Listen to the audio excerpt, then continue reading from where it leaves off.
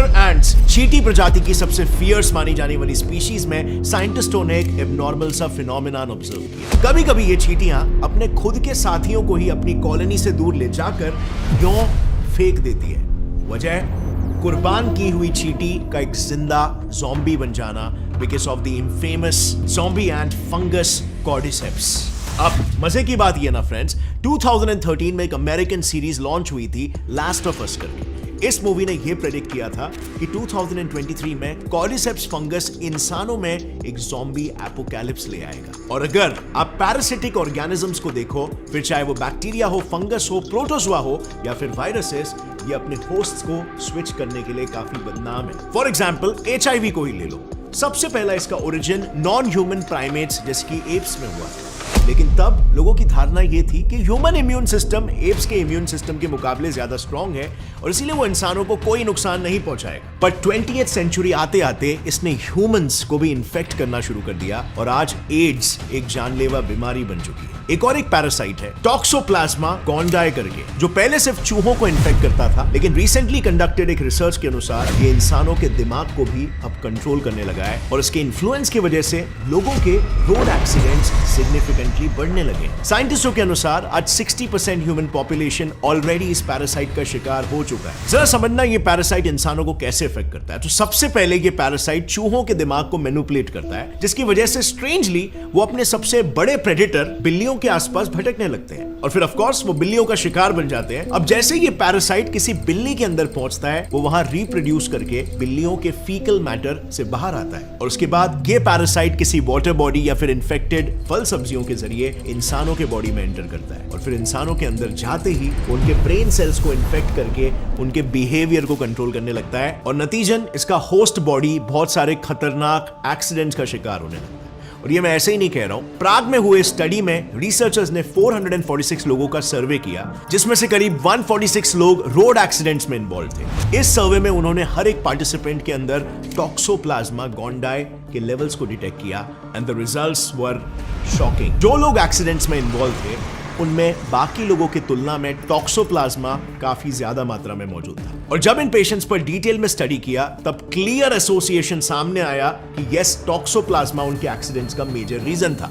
ऐसा इसीलिए क्योंकि टॉक्सोप्लाज्मा इन्फेक्टेड लोगों के रिएक्शन टाइम को स्लो करता है, जिसकी वजह से लोग समय रहते एक्सीडेंट्स को रोक नहीं पाते। अब आई नो ये अब तक हमारे मूवमेंट को कंट्रोल करने लायक नहीं बना है, बट साइंटिस्टों को चींटी के फॉसिल्स में पैरासिटिक फंगस मिला है ना, वो ये सब कर सकता है। आफ्टर ऑल वो चींटियों को एक जिंदा ज़ॉम्बी जो बना रहा है। ये कॉर्डिसेप्स फंगस अपने होस्ट के मूवमेंट्स को कंट्रोल करके उन्हें ज़ॉम्बीज में तब्दील करता है, क्योंकि इसी ज़ॉम्बिफिकेशन स्टेज पर उसकी पूरी लाइफ साइकिल टिकी हुई होती है। वही लाइफ साइकिल जिसकी शुरुआत जंगल में पड़े कुछ स्पोर्स के तौर पर होती है, जो किसी चींटी के वहां से गुजरने का इंतजार करते हैं और फिर जैसे ही चींटी उसके पास आती है, ये स्पोर्स अपने आप को उसकी स्किन से अटैच करते हैं और फिर धीरे धीरे करके उस चींटी की स्किन के सभी प्रोटेक्टिव लेयर्स को किसी एसिड की तरफ पिघलाकर उसमें होल बनाते हैं। यानी सिंपल शब्दों में इस फंगस के स्पोर्स उस बेचारी चींटी के सेल डिफेंस को एक एक करके तोड़कर उसके अंदर एक होल बनाकर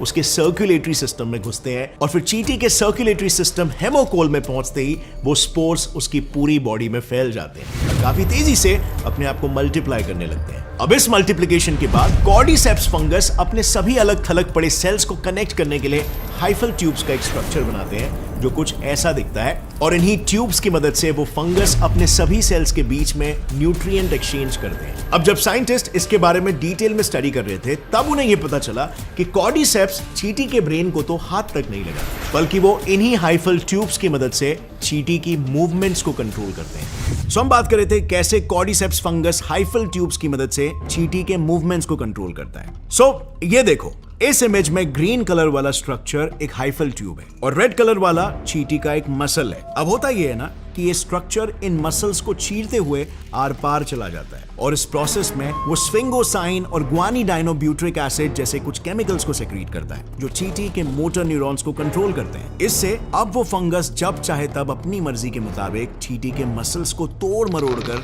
उसके मूवमेंट्स को कंट्रोल कर सकता है। यानी इस पॉइंट पर वो फंगस चींटी को अपनी ही बॉडी में एक कैदी या होस्टेज की तरह बनाकर रख लेता है और ऐसा इसीलिए क्योंकि भले ही उसका दिमाग एक्टिव हो, पर वो चींटी अपने खुद के बॉडी मूवमेंट्स को कंट्रोल नहीं कर सकती। उसका बॉडी बेसिकली हाईजैक हो चुका है और इसके बाद कॉर्डिसेप्स फंगस अपना असली रूप दिखाना शुरू करता है। वो फंगस चींटी को उसके मर्जी के खिलाफ उसकी मौत की ओर ले जाता है। अक्सर वो फंगस कंट्रोल लेते ही चींटी को एक ऐसे पत्ते पर ले जाता है जो जमीन से 25 सेंटीमीटर की ऊंचाई पर होता है और जहां का टेम्परेचर 25 से 30 डिग्री सेल्सियस और ह्यूमिडिटी 95% होती है, क्योंकि ये वही कंडीशंस है जो फंगस के ग्रोथ के लिए एकदम ऑप्टिमल होती है। लेकिन यहाँ पर गौर करने वाली बात यह है कि वो फंगस एक ऐसा पत्ता चुनता है जो एंट कॉलोनी के करीब होता है, सो दैट उसके स्पोर्स आगे जाकर दूसरी चींटियों को भी इन्फेक्ट कर सके। अब जैसे कि मैंने पहले बताया, ये फंगस उस चींटी को अपने मन चाहे पत्ते पर ले जाकर उसे उस पत्ते को काटने पर मजबूर कर देता है। इसके बाद हाइपोक्सैंथाइन नाम के केमिकल की मदद से वो फंगस चींटी के जबड़ों को ही लॉक कर देता है। साइंटिफिकली स्पीकिंग, चींटी मैंडिबुलर एट्रोफी या डेथ ग्रिप में चली जाती है और अब ये पॉइंट होता है जहां उस मरी हुई चींटी के 75% सेल्स फंगल सेल्स में तब्दील हो जाते हैं और इसके बाद धीरे धीरे इस फंगस की फ्रूटिंग बॉडी उस चींटी के सर से बाहर आने लगती है और करीब 6 हफ्तों के अंदर ही अच्छे खासे ग्रोथ के साथ वो एक सर्टेन मैच्योरिटी हिट करती है, जिसके बाद किसी बबल की तरह फूट कर अपने स्पोर्स को आसपास के एनवायरनमेंट में उड़ा देती है। यानी अब फॉरेस्ट फ्लोर पर पड़े ये बेजान स्पोर्स फिर किसी दूसरी चींटी से चिपकने का इंतजार करने लगते हैं और जैसे ही कोई चींटी इसके करीब आएगी फिर एक बार ये पूरा साइकिल दोबारा रिपीट होगा। And now the good news is, साइंटिस्टों के हिसाब से ये फंगस आमतौर पर वार्म ब्लडेड क्रीचर्स को इन्फेक्ट नहीं करता, क्योंकि हमारे बॉडीज के टेम्परेचर उसके लिए सूटेबल नहीं होते। रिसर्च के हिसाब से ग्लोबल वार्मिंग के चलते कुछ फंगस ने हायर टेम्परेचर्स पर सर्वाइव करना भी सीख लिया है। मिसाल के तौर पर इसे देखो, इसका मतलब ये है कि शायद वो समय भी दूर नहीं जब ऐसे ज़ॉम्बीफाइंग फंगस अपने आप को हमारे बॉडी टेम्परेचर के हिसाब से भी ढाल ले और हमें इन्फेक्ट करना शुरू कर दे। पर चलो हाइपोथेटिकली मान लेते हैं कि इस फंगस ने अगले 10 से 20 सालों में अपने आप को हायर टेम्परेचर के लिए ढाल लिया और वो हमारी बॉडीज में आ भी गए, तो ऐसे केस में ना सबसे पहले हमारा इन्नेट इम्यून सिस्टम इसे डिटेक्ट करेगा। इसमें होता ही है कि मैक्रोफेजेस एक्टिवेट होते ही IL-6 और TGF बीटा केमिकल्स के जरिए टी हेल्पर सेल्स को T17 सेल्स में कन्वर्ट करते हैं, जो अनआइडेंटिफाइड सेल्स दिखते ही उन्हें डायरेक्टली खत्म कर देते हैं। नाउ ऑब्वियसली इस वीडियो में मैं पूरा इम्यून सिस्टम तो कवर नहीं कर सकता, बट ये मैंने आपको एक जनरलाइज पर्सपेक्टिव बता दिया एंड आई थिंक इससे आप समझ गए होंगे कि हमारा इम्यून सिस्टम खुद ही कितना कॉम्प्लेक्स और केपेबल है। पर फ्रेंड्स, ये तो हुआ बेस्ट केस सिनेरियो, लेकिन कुछ ऐसे भी फंगस है जैसे कि द रिंगवर्म जिन्होंने इस कॉम्प्लेक्स इम्यून सिस्टम को बाईपास करने का भी रास्ता ढूंढ लिया। और अगर रीसेंट डिस्कवरीज की मैं बात करूं तो साइंटिस्ट को कुछ ऐसे एक्स्ट्रॉर्डिनरी टाइप के फंगस मिल रहे हैं, जैसे कि हाल ही में मिला हुआ एक एलियन फंगस जो ह्यूमन ब्रेन को तक रिप्लेस करने की ताकत रखता है। अब ये फंगस बहुत ही स्पेशल है क्योंकि आगे इसे पोटेंशियली एक नया ब्रेन, आर्टिफिशियल ब्रेन क्रिएट करने के लिए यूज किया जा सकता है। इस फंगस के बारे में मैंने यहां पर पूरे डिटेल में एक्सप्लेन किया, आपको इसके बारे में जानकारी होनी चाहिए।